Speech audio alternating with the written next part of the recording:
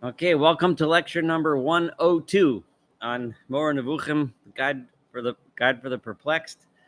Um, we are studying the page numbers all refer to this book in Shlomo Pine's version of the Guide for the Perplexed. We are currently in part 3, chapter 17. We are on page 471. Now, all as we learn through the next several chapters, or talking about the next really probably 2 months or so together. A lot of these ideas build. I mean, the whole book, everything builds on what we've studied before. So, but each when he discusses the issue of providence, it's important to remember that is the background noise from my AC system really loud? No, it's not so bad. Okay, fine. So the discussion of providence is particularly important to take it in step by step, because the Rambam really builds his argument. So I just want to remind everyone of what he said so far in chapter 17. He laid out 5 approaches to the idea of providence. Now, providence is a concept which really encompasses really 3 things, right? It encompasses God's knowledge of what's going on, right? He has to be paying attention, right? It encompasses his control of what's happening in this world. Like if he's paying attention in Rambam's philosophy, that's more or less synonymous with also controlling it. If God knows that something is happening, it's also God making something happen, right? And providence is also is therefore intertwined closely with the idea of justice, right? If God is the one knowing it and doing it, then it should reflect some form of justice, or at least we want it to. We hope it does, right? So and the way these 3 issues intertwine are how the different ways he's going to deal with he is dealing with this concept of providence.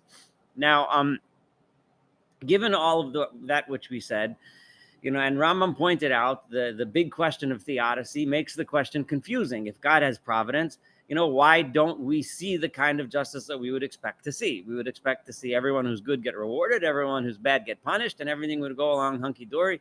The world would make sense, right? And everything would be fine. But that's not what we see. So because that's not what we see, everyone has a different idea of providence, and each one has its problems. So the first one was the Rama mentioned was the idea of Epicurus, right? Who said there's no such thing as providence. That the God, if there is a God, he doesn't know what's going on. He doesn't care what's going on. He has nothing to do with what's going on, if he even exists. All right. Well, so then you negated all the problems, and Rambam pointed out the philosophical problems with Epicurus's argument.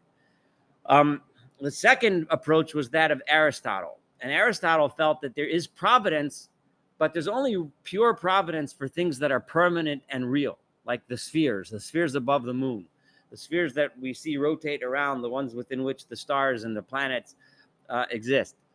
There's pure providence, because the intelligences which emanate from God himself through the emanations, which Rambam explained in different places, make all those movements happen, and they're permanent. They always go that way. That's the way they're always going to be. And beneath the final sphere, beneath the sphere of the moon, which means the world, planet Earth, the place where you and I live, right? That in Aristotle's theology, that there's philosophy, there's only general providence for species. There's general providence that basically God watches the world and makes sure that lions have what lions need to be lions, and that lions can propagate, and so one lion eventually dies and has children, and there's new lions, and so on and so forth. And the same thing for human beings. It's important to point that out. Aristotle felt that human beings were exactly the same as all the other species, right?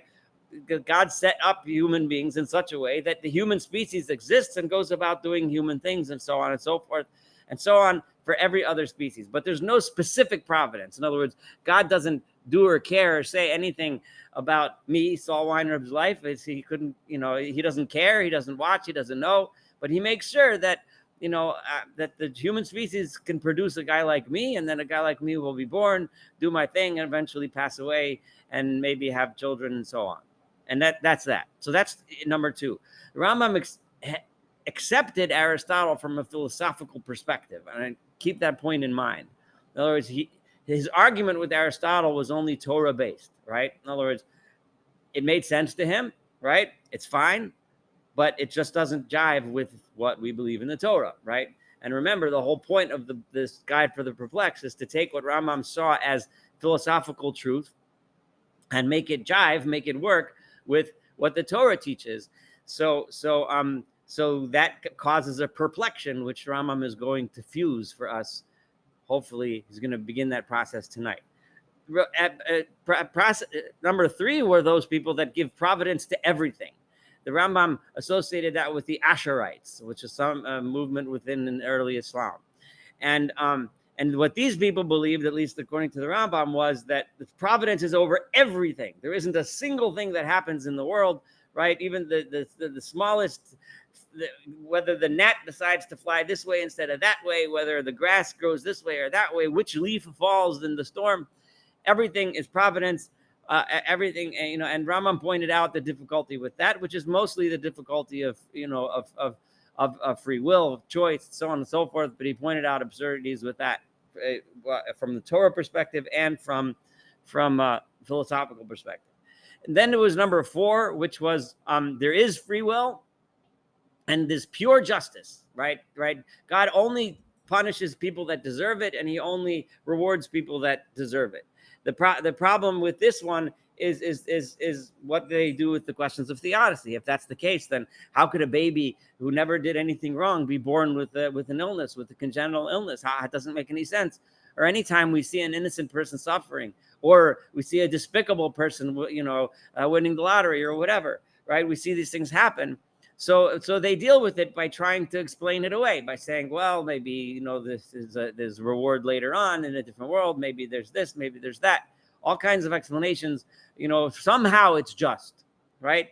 Rambam described the issues with that, right? But there is justice, but it's just, we don't see it. But there's justice for everything. Everything is just, right? And then the Rambam described, and this is what we did at the end of last week, or last time we studied together, was what he described as the Torah view. And the Torah view really has 3 main points that he pointed out, and a 4th little addendum. So the main point is, number 1, free will is an absolute, right? For human beings, at least. And Rambam does point out that everything that acts in this world acts because of their will, right? Animals decide to do things too. The Rambam explicitly said that. But free will, the ability to make a choice between doing good or bad, only humans have that ability. But the Torah, he brings from the Torah, it's clear that it has to be true. No matter what you're going to try to answer, free will must be upheld. Number 2, he said that God is just. And he quoted all sorts of verses that show that God is just. Whatever he's doing, whatever decisions he makes, right, is just. And the third thing, but we're ignorant of what exactly justice is, right? In Rambam's last sentence, it was one tiny little sentence, but we are ignorant of the various modes of deserts. Of who deserves what, we don't know. And those are the 3 primary points of what the Rambam says we can glean directly from the Torah. If you study the Torah, you get these 3 points.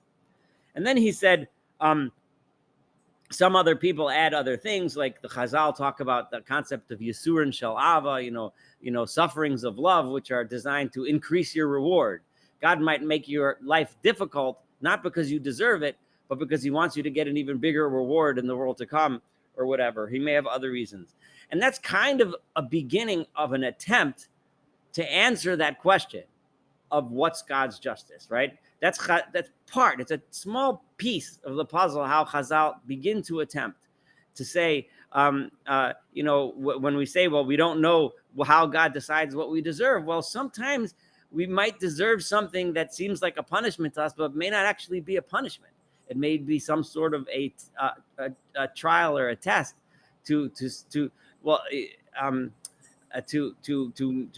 enable us to grow from, or something like that, right? So there must be some other purpose, enable us to achieve something even greater, because by overcoming adversity, we become an even greater person, and we're able to accomplish more, and eventually achieve and then eventually gain more, whatever it is that we're gaining.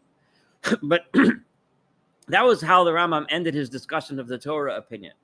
However, he then, and we're about to start in 471.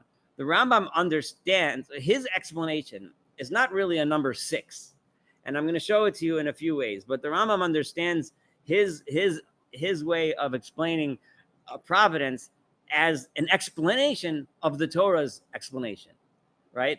So, in other words, they're trying to make, and in his own, in the way that Rambam always does, is trying to make something that makes philosophical sense. So it's going to be very similar to Aristotle, right? Because in Rambam's mind, Aristotle, the way Rambam understood Aristotle, remember the Aristotelian scholars had all kinds of ways of understanding him, and Rambam had his way, but that represented the height of philosophical and scientific truth at the time of the Rambam, at least. So he's going to try to make that work. So make number 2 fit with number 5, right? So, but it's going to be in an interesting way. But let's read it. So, as for my own belief, that's where I'm up to on page 471. So, as for my own belief, Rambam says, with regard to this fundamental principle, I mean divine providence, it is as I shall set it forth to you. In this belief that I shall set forth, I am not relying, listen to the sentence carefully, I am not relying upon the conclusion to which demonstration has led me. In other words, I'm not, demonstration in Rambam's language is what you and I would call today a scientifically demonstrated proof through an experiment and like scientific proof, right? That's what the Rambam says. In other words, I'm not saying this because it's been demonstrated to be true, right? But upon what has clearly appeared as the intention of the book of God and of the books of our prophets. So the Rambam is what he's basically saying here, in other words, is I'm fine with Aristotle. That would make sense to me. If I didn't have the Torah and I wasn't a Jew, I'd go around and I'd be totally cool with Aristotle's way of understanding it, right? That human beings are like every other species and there's no such thing as providence for humans. But because I learned the Torah and because I believe in the Torah, right, and the Torah says otherwise, I therefore have come up with a different understanding. So he's explicitly telling us that this is his attempt at achieving the point and purpose of this entire book, right? To make the two work together. I have the Torah, it teaches me something. I have Aristotle, which I know to be true, Rambam is thinking. So this opinion, which I believe is less disgraceful than the preceding opinions and nearer than they to intellectual reasoning. This is a beautiful sentence here, because what Rambam is again stating is the reason why I like my opinion, right, is because I can take what I saw in the Torah, learn and understand it, and it makes sense philosophically too. Yay. That's the point of the Moreh Nevuchim, right? In other words, I don't have to learn the Torah and then say, and reject the philosophy of the science. And I don't have to learn the science and reject the Torah. I can learn them both, teach them both, fuse them, and come up with something coherent that makes sense. That both makes sense and conforms to what the Torah teaches. This is the goal of this book. For I, for one, believe that in this lowly world, I mean that which is beneath the sphere of the moon. Okay, so remember, Rambam said, Aristotle, I'm totally cool. Everyone, science agrees that above the sphere of the moon, it's all God, right? Right? It's all providence.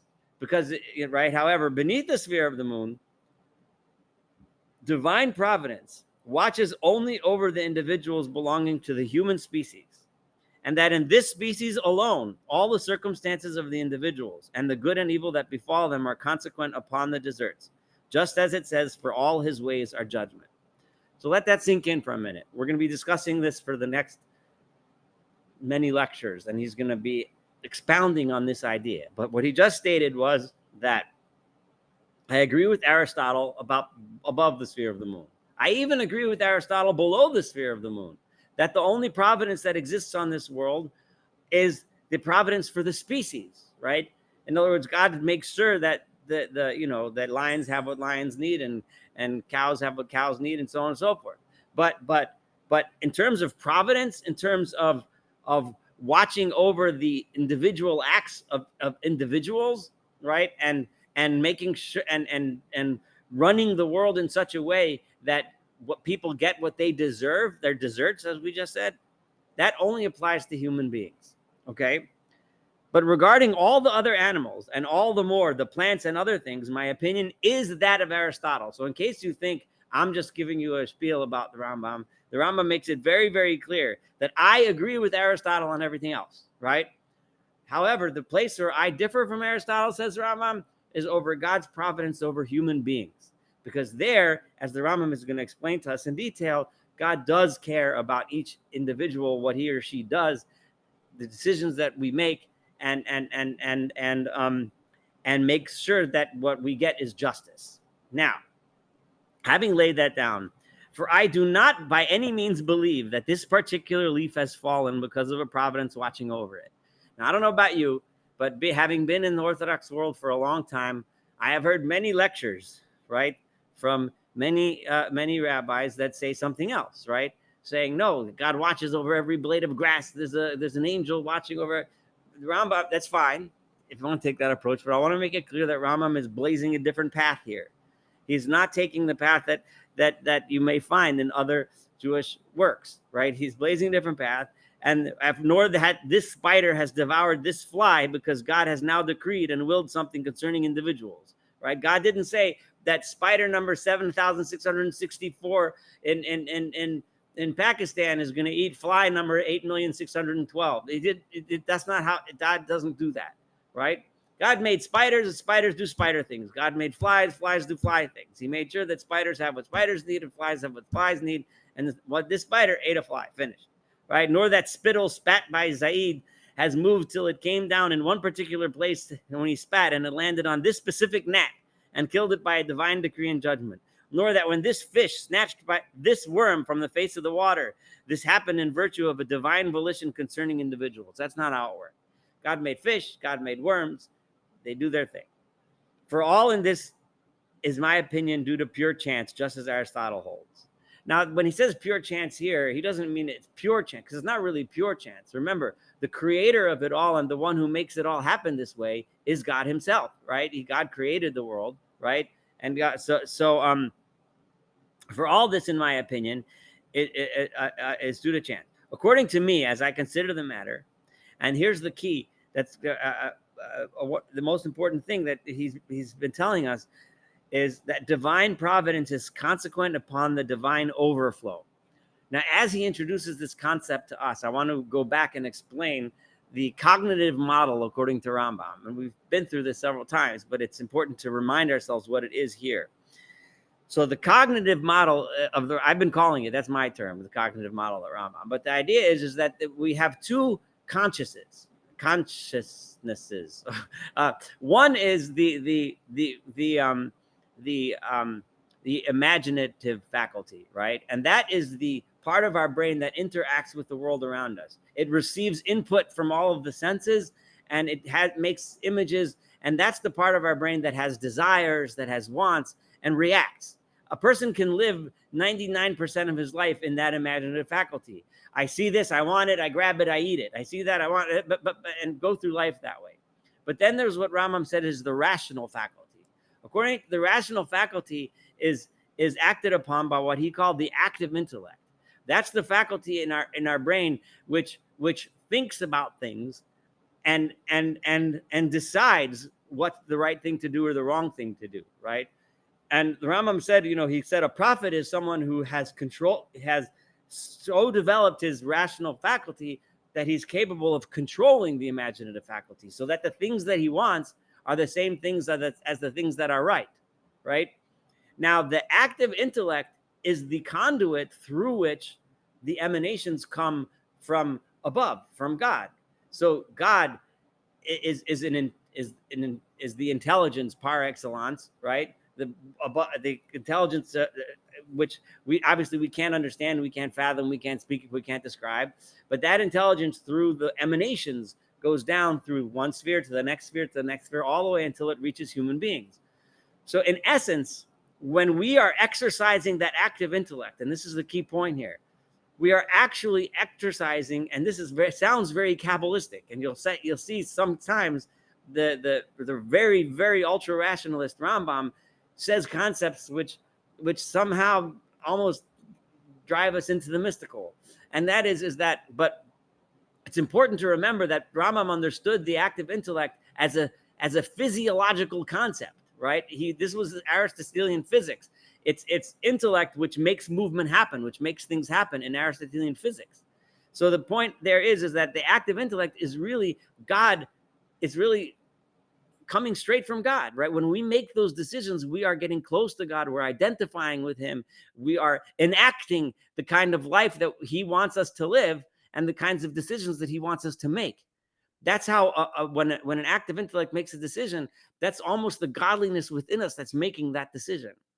So it's through this that providence occurs, right? It's through that active intellect, that through that rationalist, the rational part of our mind, the one that we control, the one that we use to make choices, and the one that if we live our lives properly, we train to control our imaginative faculties. That is the conduit through which providence works.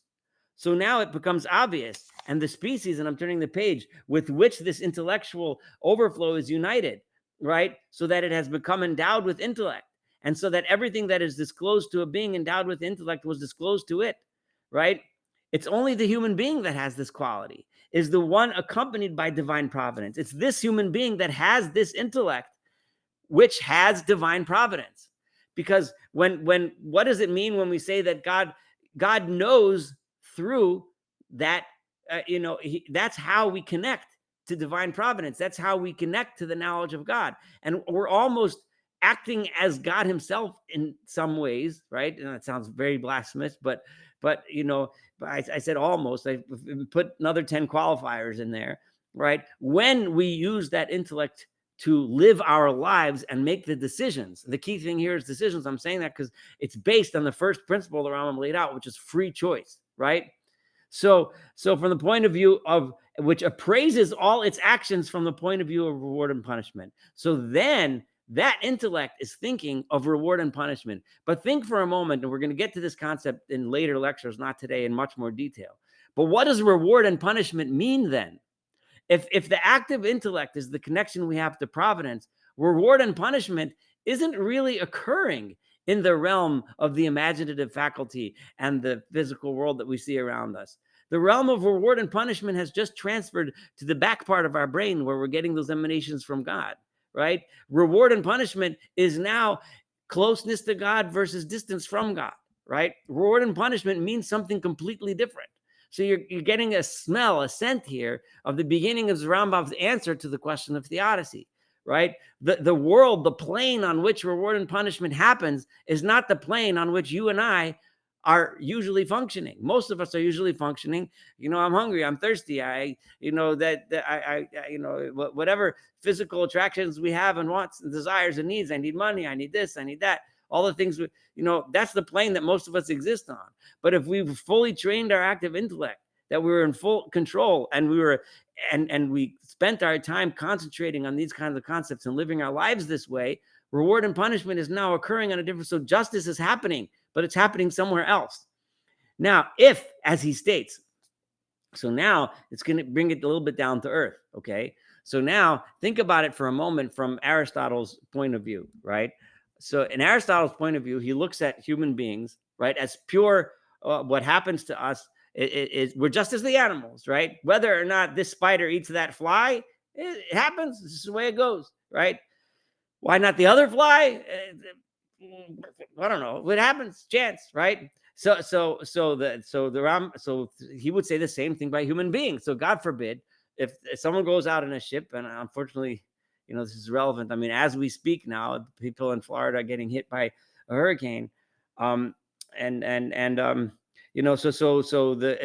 a ship gets lost at sea or a roof collapses in a calamity, right, and the people inside get killed, right, it's complete chance, total chance, right? So if, as he states, the foundering of a ship and the drowning of those who are in it and the falling down of a roof upon those who are in the house are due to pure chance, right, that might be true, right? That it's chance that dictates the storm. Chance, in other words, the laws of nature that makes a storm happen.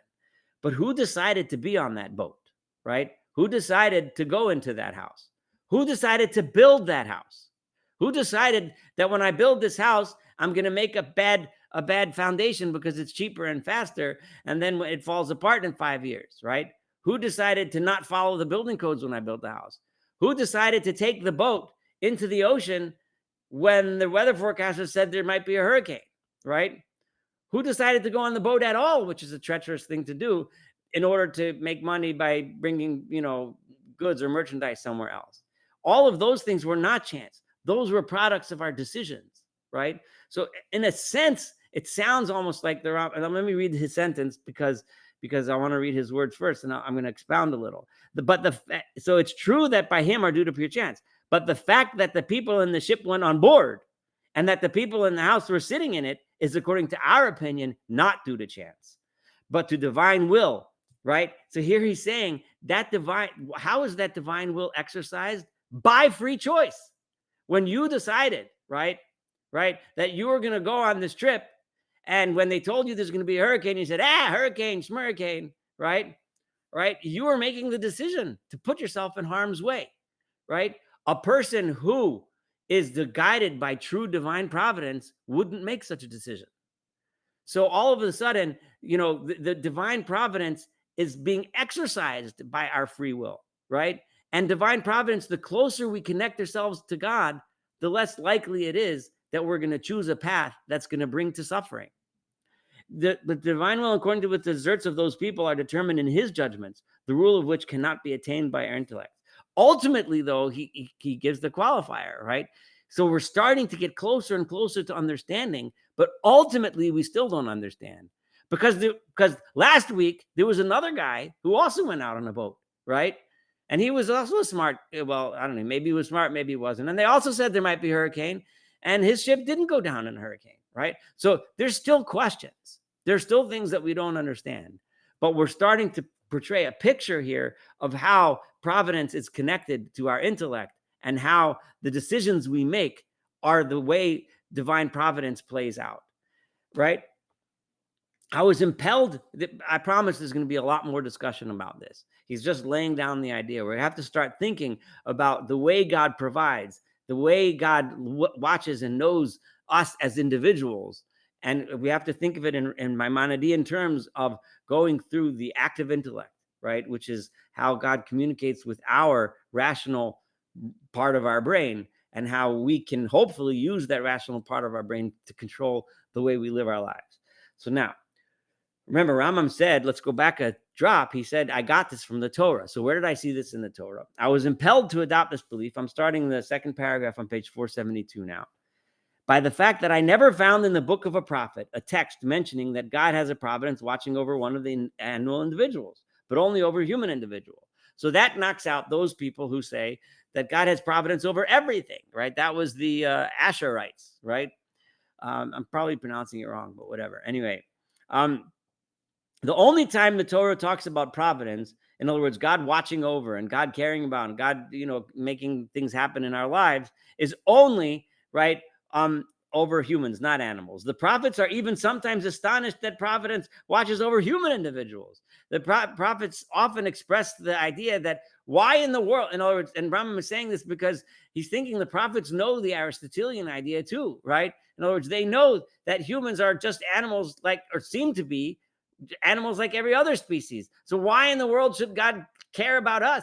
He doesn't care about every individual lion, so why should he care about every individual human? And the prophets are astonished that he does care, and they express that through many things. So thus it says, what is man? What is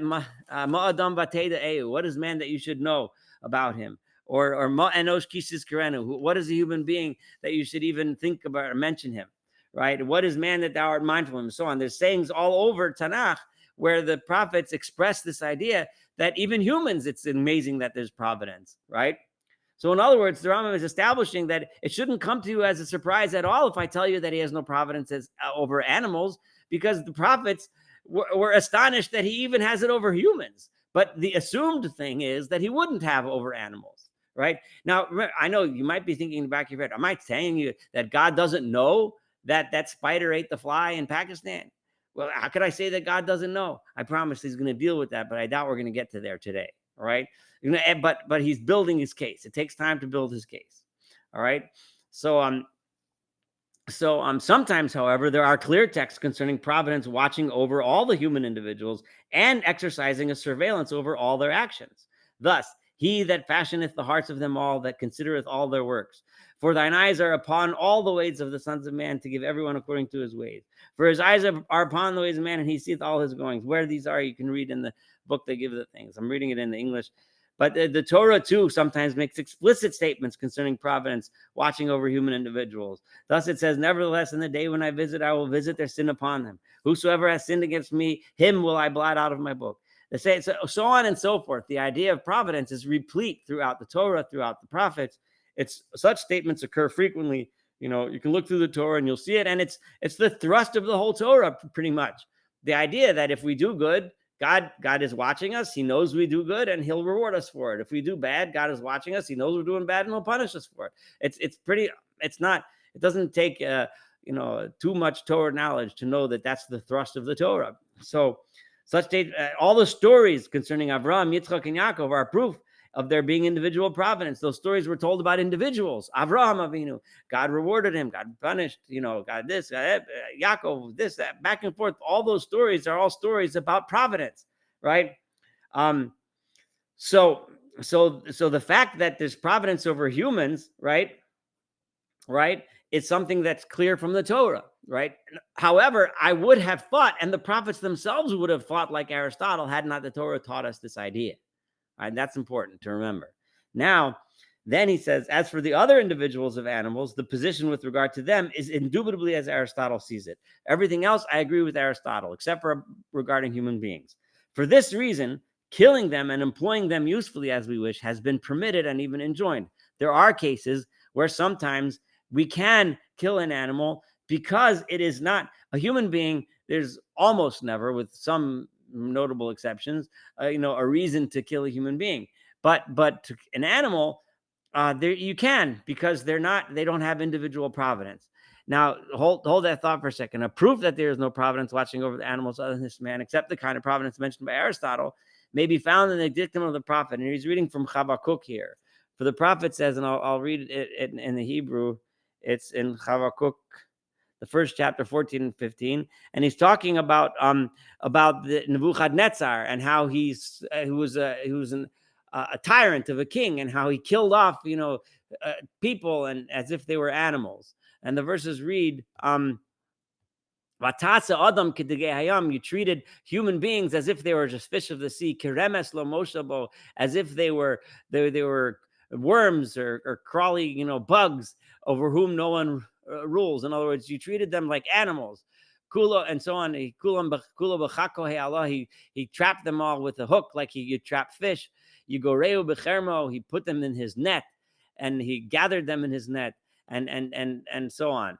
And he's rejoicing over it. He's portraying Nebuchadnezzar as the tyrant who gathers human beings together in a net and in battle and slaughters them like a person slaughters fish, right? However, the prophet then explains that it's not so, that what happened was due to neglect and withdrawal of providence. It's not because that what happened to the human beings was not because they were animals, but it was because of their sins, and it was a punishment, and they got what they deserved. For he says in the end, "O Lord, thou hast ordained them for judgment," and so on. Now, so there's no providence for animals, but there is for human beings. However, lest you think for a minute that Rambam thinks it's justifiable to go kill animals, he's going to make it very clear that nothing is further from the truth. Do not think that this opinion, this is the second chapter on 473, may be refuted in opposition to me by means of the dicta. It says he gives the beast his food, God gives the animals food, and he brings a whole bunch of verses. You will find many such texts, but nothing in them that disproves this opinion, because these texts are referring to providence watching over the species. It is true, right, that God has providence over the species of animals, right? In other words, he makes sure that the world runs in such a way that deer have grass to eat and lions have deer to eat and so on and so forth, right? It is as if they described his bounty may be exalted, for which prepares for every species the food necessary for it and the matter for its subsistence. Its food and whatever it needs, the climate it needs, the trees it needs, the ground it needs, whatever it needs to live, it has. This is clear and manifest. Aristotle likewise holds that this kind of providence is necessary and exists, right? In other words, scientifically, they agree that this providence is true.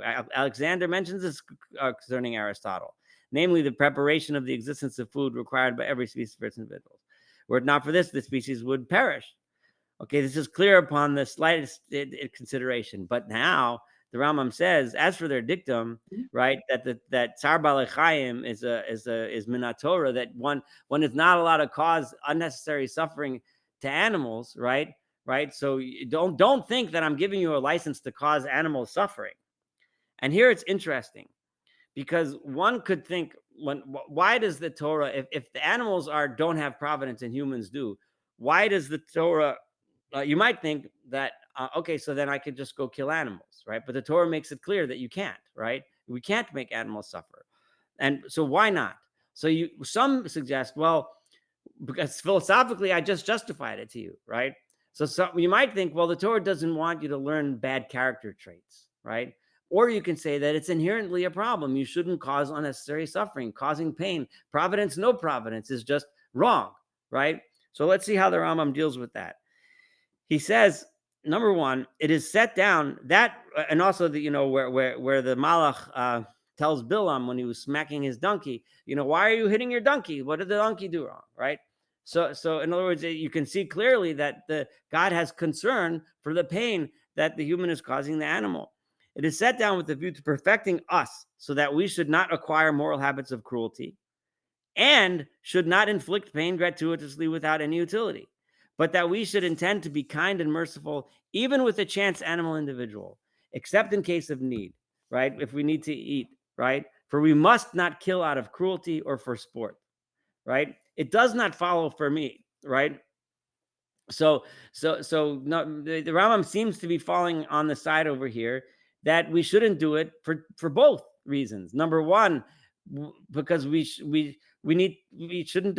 be cruel. It makes us mean people if we kill things or hurt things, and also because we shouldn't cause pain and suffering unless it's necessary, right? Unless if we have to eat food and there's nothing to eat and you have an animal, you're allowed to slaughter it in as painless a way as possible. And we'll see further, Rambam will discuss the issues of pain to animals later when he talks about Tamei HaMitzvot and Shrita and other things. So it does not follow for me that by virtue of this opinion, one may pose to me the following question, namely, why does he watch over the human individuals and does not watch in the same way over the individuals belonging to other species of animals? So you might ask the next question. If it's true that God has providence, this kind of providence only for human beings, but not over animals, why? Why doesn't he watch over animals too, right? It's obviously not an issue of capability. God is capable, obviously, of doing whatever he wants. So what's the point, right? Is it because we're greater? Is it because humans are better? Like, what is it? What is it that makes this happen, right? He cares about the animal suffering. We just said that. So what's the deal? So he says, well, for he who propounds this question ought to ask himself, because if you're going to ask that question, then ask the next question. Why did he give intellect to man and not the other species of animals, right? Why do we have the consciousness? Even if you assume, the Rambam wouldn't have known this then, but even if you assume that some animals, the more we learn about them, whales and dolphins, for example, and elephants and animals that have the ability to make thinking certain things and so on. But there's no question that there's a whole different ball game when you come to human beings, right? Right. And our intelligence, right? So why did human beings get this intelligence and not the other animals? So you're asking me why God has providence for us and not them. Well, ask the better question. Why do we have the kind of brain that we have and not them? So the answer to this last question is, right? Remember, before the days of and there's no evolutionary scientists to answer Rambam's question, right? So Rambam will say he willed it so because that's how God wanted it to be, or his wisdom has required this to be so, or nature has required this to be so. So in other words, Rambam himself is granting that the possibility that God wanted it, or God set up nature in such a way that the rules of nature were such that a human being would develop a brain. Right? He didn't have the language of evolution to describe it, but he grants us that this scientific possibility that humans have it for some scientific reason. But regardless, in the end, you're going to be stuck with saying, why? Why do humans have the kind of intellectual capability that we have and not animals? Right? All according to which of the three preceding opinions one adopts, right? Right? So now the self-same answers may be given to the first question. So once you're asking that question, so we might as well answer the first question that way. Why does God have providence over humans and not animals? Because that's the way he wanted it to be. Or that's the way nature has to be, right? Remember, when Rambam says that's the way nature made it, he means, right, the rules of nature with which God established the world, right, brought about a situation in which X had to be the natural result, right? Now, so here we have the Rambam laid out the first step of his understanding of the issue of theodicy, the first step of how it is that God, who has providence, right? And the Rambam said he agrees with Aristotle that the providence on all of the spheres above this that we see in the heavens, above the sphere of the moon, have 100% providence. Beneath the sphere of the moon, there's providence over everything, all the laws of nature, how nature works, but not over every single individual animal, right? The only individual providence that God has is to human beings, and that is through their intellect. And through our intellect, we gain access, right? Through our intellect and becoming closer and closer to God with our intellect, right? That's how we live out and exercise and feel and experience the providence that God has for us. It's in that realm. Grasp my opinion up to its last implications. This is the second paragraph from 474. Think about it and think about its implications, right? And I promise you, he's going to deal with a lot of implications because over the next several chapters. I do not believe, and here he says like this. Remember, I told you, what about, are you telling me that God doesn't know that that spider in Pakistan ate the fly, right? No, that's not what I'm saying, Grandma says. I do not believe that anything is hidden from him may be exalted. I'm not saying that he doesn't know everything that's happening in this world, nor do I attribute to him a lack of power. And I'm not limiting him by saying that there is no providence over every gnat and every fly. But I believe that providence, right, the idea of providence, that the specific idea that God, remember, the providence consists of three things: that God knows, right, and which implies which knows and cares is the same thing, right, about what we do and what is happening, and that by that knowledge he also controls, right, and that therefore the results of those actions are just, right, so that we get either rewarded or punished based on those actions.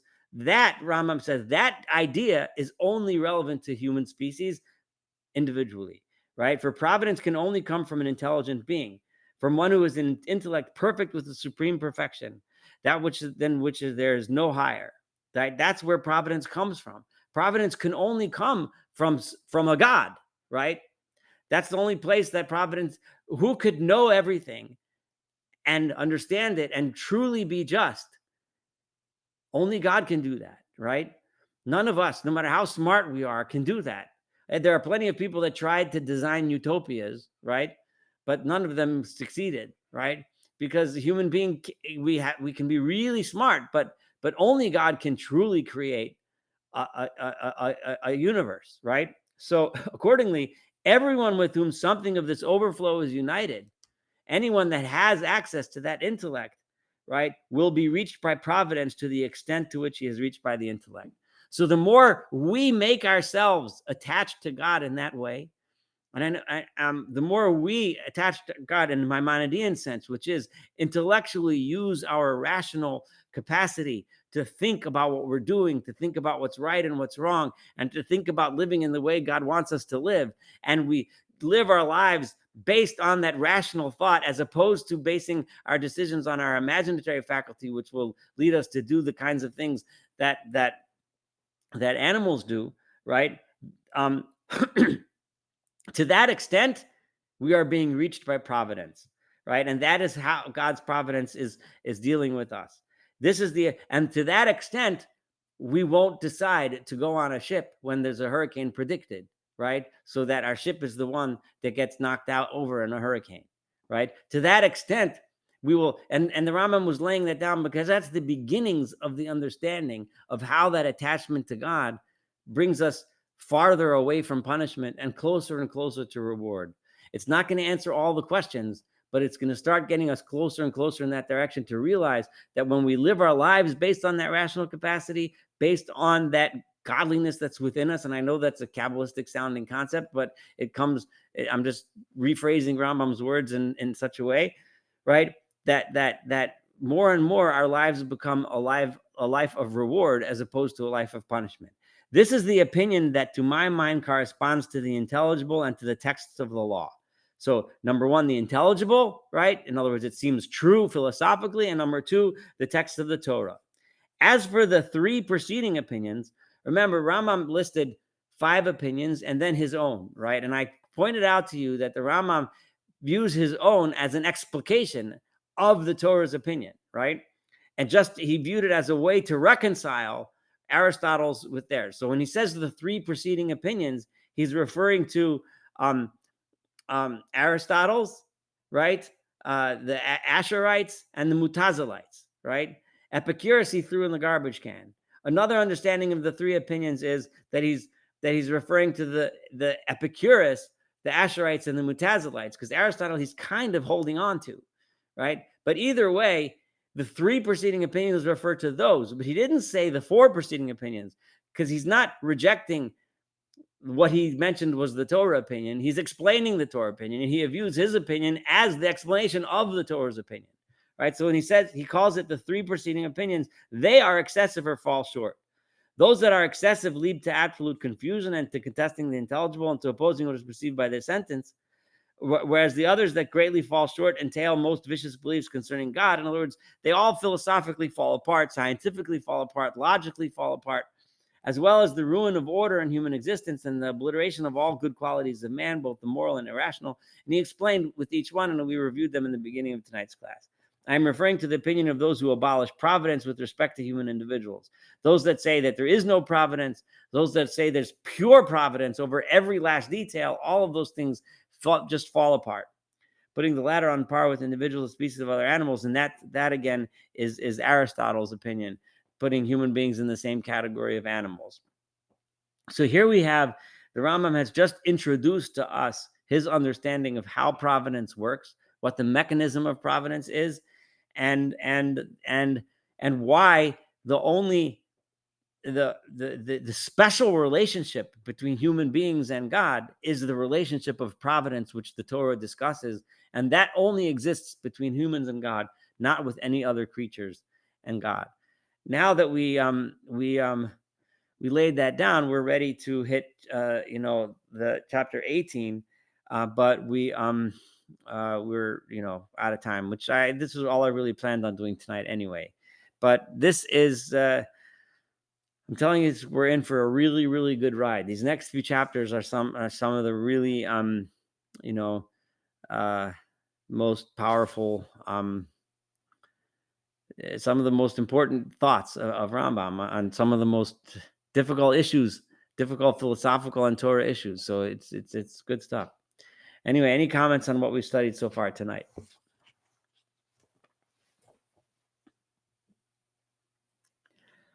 You all have what to think about now.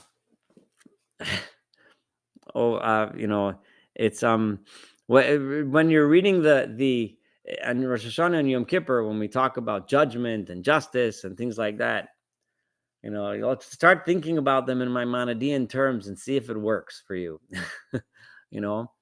See if it works. And I pay careful heed to those parts of the Machzor that are written by Chazal, and those parts of the Machzor that are quotes of Tanakh, versus those parts of the Machzor that are much later insertions by later poets. Okay, so pay careful heed to that, because and not to belittle the later poets and the other things, because they're important streams of thought within Judaism, but they're not always Maimonidean. So if you don't know, if you have a Machzor with little things, they'll usually tell you on the bottom who wrote what, if you need guidance, right? but see how this works. See how Maimonides' idea of providence works. This will be a good challenge for the holiday. If there's no other questions, I'll close up shop. But if there are comments, please let me know. Yashar Koach. All right. All right. Thank All right. you. Thank you. Be well. Be well. Okay. Bye. Thank you. You're welcome.